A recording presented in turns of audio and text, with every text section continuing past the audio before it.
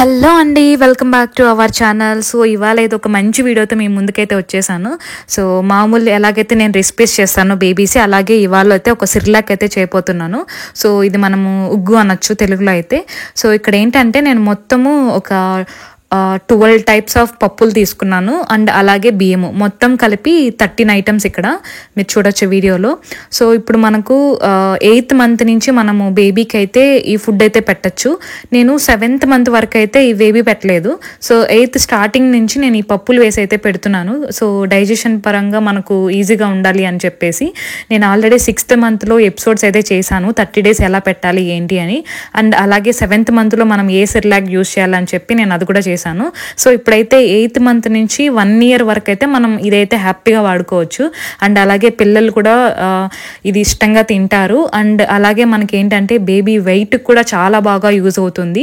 So ఈరోజు అయితే మనం అదైతే చూసేద్దాము విత్ మెజర్మెంట్స్తో. సో ఎంతెంత తీసుకోవాలి క్వాంటిటీ అని కూడా నేనైతే ఈరోజు వీడియోలో అయితే చెప్పబోతున్నాను. సో ముందుగా అయితే మీరు ఇక్కడ పప్పులు అయితే చూడొచ్చు ఏమేమి తీసుకున్నానంటే, నేను కందిపప్పులో మనకు 2 types ఉంటాయి. ఒకటి ఎర్ర కందిపప్పు అండ్ అలాగే మామూలు కందిపప్పు మనం వంటకు వాడుకునేది.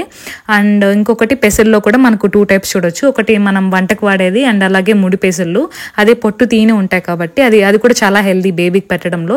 కాబట్టి ఇక్కడ నేను అవి తీసుకున్నాను. అండ్ అలాగే ఉద్దులు, అది కూడా పొట్టు తీయనివి, మినప్పప్పు ఉంటుంది కదా, సో అది తీసుకున్నాను. అండ్ అలాగే రాగులు.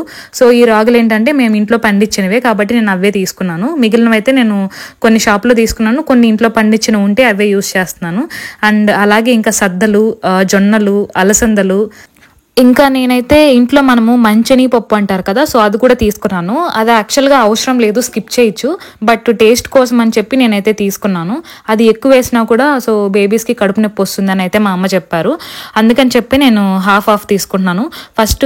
తర్వాత వచ్చి ఇంకా 2 పప్పులు అయితే శనగపప్పులు అండ్ మనం తినే శనగపప్పు ఉంటుంది కదా, సో అవి. సో మొత్తం ఇవైతే నేను 12 రకాలైతే పప్పులు తీసుకున్నాను. ఇక్కడ మీరు వీడియోలో క్లియర్గా చూడొచ్చు ఏమేమి తీసుకున్నానని.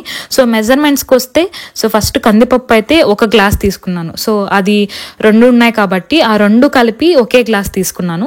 పెసలు వచ్చి పెసలు పెట్టడంలో మంచిది యాక్చువల్గా హెల్త్కి, అందుకని చెప్పి అదొక గ్లాసు, ఇంకొకటి ముడి పెసలు 1 గ్లాస్ తీసుకున్నాను.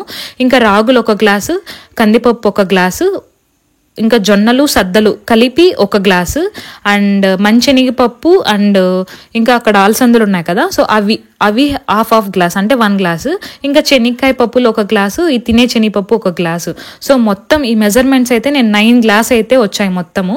సో మనం ఎన్ని గ్లాసులు పప్పులు తీసుకుంటామో అన్ని గ్లాసులు బియ్యం అయితే యాడ్ చేసుకోవాలి మెజర్మెంట్స్తో, అప్పుడు మనకు ఈక్వల్గా ఉంటుంది. సో టేస్ట్ కూడా బాగుంటుంది, పిల్లలు ఇష్టంగా కూడా తింటారు. సో ఇదైతే నా మెజర్మెంట్స్, నేను ఇలా అయితే తీసుకున్నాను. సో ఇప్పుడు ఈ 9 గ్లాస్ తీసుకున్నాను కాబట్టి ఈ పప్పులన్నీ, దానికి సరిపడా బియ్యం అయితే నేను 9 గ్లాస్ బియ్యం అయితే ఇక్కడ కొలతలతో వేస్తున్నాను. పప్పులలో నేను కొన్ని హాఫ్ గ్లాసే తీసుకున్నాను కదా, ఎందుకు అని అంటే మనకు డైజెషన్ ప్రాబ్లం ఉన్నవి ఎప్పుడు కూడా తగ్గించి వేసుకోవాలి. మనకు ఈజీగా డైజెషన్ అయ్యేవి ఎక్కువ వేసుకున్నా కూడా ఏమీ ప్రాబ్లం ఉండదు. సో అందుకని చెప్పి నేను కందిపప్పు ఏంటంటే కొంచెము డైజెషన్ ప్రాబ్లం ఉంటుంది అండ్ అలాగే ఒక్కొక్కసారి అది తినడం వల్ల పిల్లలకి కడుపు నొప్పి కూడా రావచ్చు అని అయితే మా అమ్మ చెప్పారు. అందుకని చెప్పి నేను కందిపప్పు మాత్రం హాఫ్ గ్లాసే వేశాను. అండ్ ఇలా ఇంకా మీరు చూస్తే అక్కడ సద్దలు, జొన్నలు, అలసందలు, మంచెనిపప్పు ఇవంతా కూడా సో డైజెషన్ కొంచెం ప్రాబ్లం కాబట్టి అలాంటివంతా నేను హాఫ్ గ్లాస్ వేసి 1 గ్లాస్గా చేసుకున్నాను. సో ఆ మెజర్మెంట్ ప్రకారమే నేను 9 గ్లాస్ అయితే వచ్చింది నాకు పప్పులు అని చెప్పాను. ఇక్కడ ఏంటంటే నేను కొన్ని పప్పులు సపరేట్గా వేసుకున్నాను, ఎందుకంటే మనము వీటిని బాగా కడిగేసి ఎండబెట్టేసి వేయించుకోవాలి. సో మనము వేయించినప్పుడు ఏంటంటే కొన్ని పప్పులు మాడిపోతాయి చిన్నగా ఉన్నవి, సో పెద్ద పప్పులు అయితే మాడవు. అందుకని చెప్పి నేను చిన్న పప్పులు ఉన్నవి సపరేట్గా చేసుకున్నాను, పెద్ద పప్పులుగా ఉన్నవి సపరేట్గా చేసుకున్నాను. సో వాటిని అయితే నీట్గా మనం అయితే వాష్ చేసేసుకోవాలి. సో నీట్గా బాగా వాష్ చేసేయండి. సో ఇప్పుడైతే నాకు ఈ సీజన్లో అయితే వర్షం కూడా వస్తుంది మాకైతే. సో అందుకని చెప్పి నేను ఇంకా మనకి ఈ సీజన్లో ఎండ కొంచెం తక్కువ ఉంటుంది కాబట్టి ఎక్కువ అమౌంట్తోనే ఈ సిర్లాక్ అనేది అయితే నేను ప్రిపేర్ చేసేసుకున్నాను. నాకైతే ఇది 2 months వరకు వస్తుందని అనుకుంటున్నాను. సో అందుకని చెప్పి కొంచెం ఎక్కువ పప్పులు అయితే వేస్ట్ చేసేసుకుంటున్నాను. మళ్ళీ మనకి ఇంకా సమ్మర్ వచ్చే టైంకి అంతా అప్పుడు వరకు అయితే సరిపోవాలి అని చెప్పి నేను ఈ మెజర్మెంట్స్ అయితే వేసి కొంచెం ఎక్కువగానే చేస్తున్నాను. సో ఇక్కడ అన్ని పప్పులన్నీ నేను ఎండకైతే వేసేస్తున్నాను సపరేట్గా. మీరు ఇక్కడ వీడియోలో చూడొచ్చు. సో మా పాప అయితే ఇలా అయితే వేస్తూ ఉంది. ఇంకా తను బాగా హెల్ప్ చేస్తుంది నాకు. ఇంకా తను ఇంట్రెస్ట్ ఉందని చెప్పి సరే నేనే వేస్తానంటే సరే తన దగ్గర అయితే ఎండబెట్టిస్తున్నాను పప్పులంతా.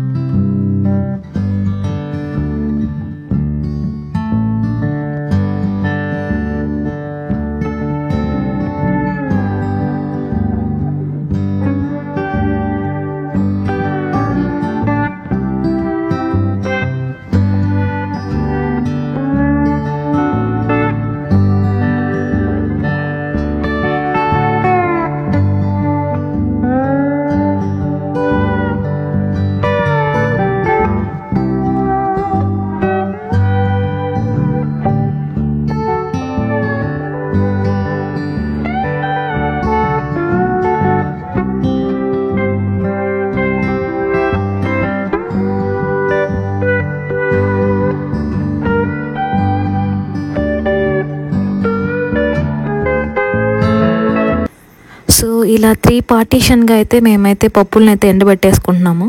సో మాకైతే ఫుల్ వర్షాలు అసలు. సో తొందరగా అయితే ఎండిపోవాలని చెప్పి పైన అయితే ఆరబోసేసాము. సో ఇక్కడ మీరు వ్యూ కూడా చూడొచ్చు, చాలా బాగుంది యాక్చువల్గా. సో మాకైతే వర్షాలు పడి మొత్తం చెరువులో ఉన్న నీళ్ళంతా కూడా సో పొలంలోకి అయితే వచ్చేసాయి చుట్టూ వాటర్. సో అలా అయితే ఈవినింగ్ అంతా మాకు బాగానే ఎండిపోయాయి. ఇంకా నేనైతే ఇవి పప్పులన్నీ సపరేట్గా అయితే వేయించేసుకుంటున్నాను.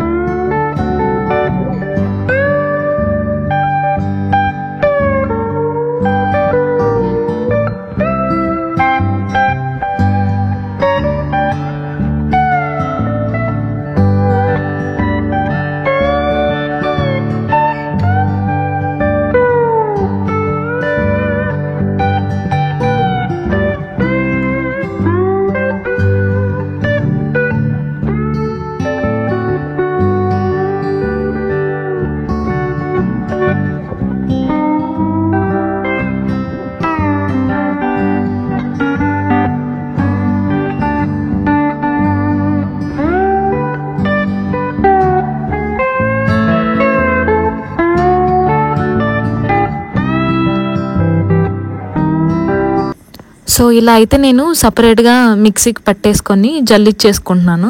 సో మీరు ఇన్ కేస్ ఓన్లీ రైస్ పెట్టాలంటే కూడా సో ఇలాగే సేమ్ ప్రాసెస్లో అయితే చేసి పెట్టేసుకోవచ్చు. మనం పప్పులన్నీ మిక్స్ చేస్తున్నాం కాబట్టి నేను ఆల్రెడీ సపరేట్గా ఎండబెట్టాను కాబట్టి సపరేట్గా కొట్టేసుకొని సో ఫైనల్గా అయితే మిక్స్ చేసేస్తాను. సో ఇంకా ఈ పౌడర్ని అయితే మనము చిన్నపిల్లలకి పెడతాం కాబట్టి ఏమైనా చిన్న ఉంటాయని చెప్పి నేను ఇక్కడ జల్లిచ్చేసుకుంటున్నాను నీట్గా. సో మీరు ఇంట్లో మిక్సీ కన్నా కట్టుకోవచ్చు, లేకపోతే బయట మిషన్కి వేసారంటే ఇంకా ఫైన్ పౌడర్ లాగా వచ్చేస్తుంది. సో ఇది నేను జస్ట్ ఒక 2 monthsకి సరిపడ వేసాను కాబట్టి నేను మిక్సీకి పట్టేసి ఇలా అయితే జల్లిచ్చేసుకుంటున్నాను. సో మీరు కానీ నా ఛానల్ ఫస్ట్ టైం చూస్తున్నట్లయితే please like, share and subscribe to my channel and bell icon కూడా క్లిక్ చేసుకోండి for my latest videos and please support me. And so ఇక్కడైతే మనము హోమ్ మేడ్ సెర్లాక్ అయితే రెడీ అయిపోయింది. సో ఈ ప్రాసెస్లో అయితే మనం చేసుకున్నామంటే బేబీస్ కూడా చాలా హెల్దీగా ఉంటుంది, వాళ్ళు హెల్దీగా గ్రో అయ్యి అండ్ వెయిట్ గెయిన్ కూడా చాలా బాగా పెరుగుతుంది. మనకు బయట ప్యాకెట్స్లో ఏంటంటే ఏం యూస్ చేస్తారో మనకు సరిగ్గా తెలీదు. అదే మనం ఇంట్లో చేసుకున్నామంటే సో మనకు తెలుసు కాబట్టి మనకు ఒక నమ్మకం అనేది ఉంటుంది, ఓకే ఇది బాగుంది ఫుడ్ అని చెప్పి. సో ఇలా ఈజీగా మనం ఇంట్లో చేసుకున్నామంటే మనీ కూడా సేవ్ అవుతుంది అండ్ అలాగే హెల్త్ కూడా బాగుంటుంది. సో ఇలా అయితే అందరూ చేసుకొని సో హ్యాపీగా మనకు బేబీస్కి అయితే పెట్టచ్చు. మనం దీంట్లోనే డ్రై ఫ్రూట్స్ కూడా యాడ్ చేసుకోవచ్చు, లైక్ మనకు ఆల్మండ్స్, క్యాష్యూ అండ్ వాల్నట్స్.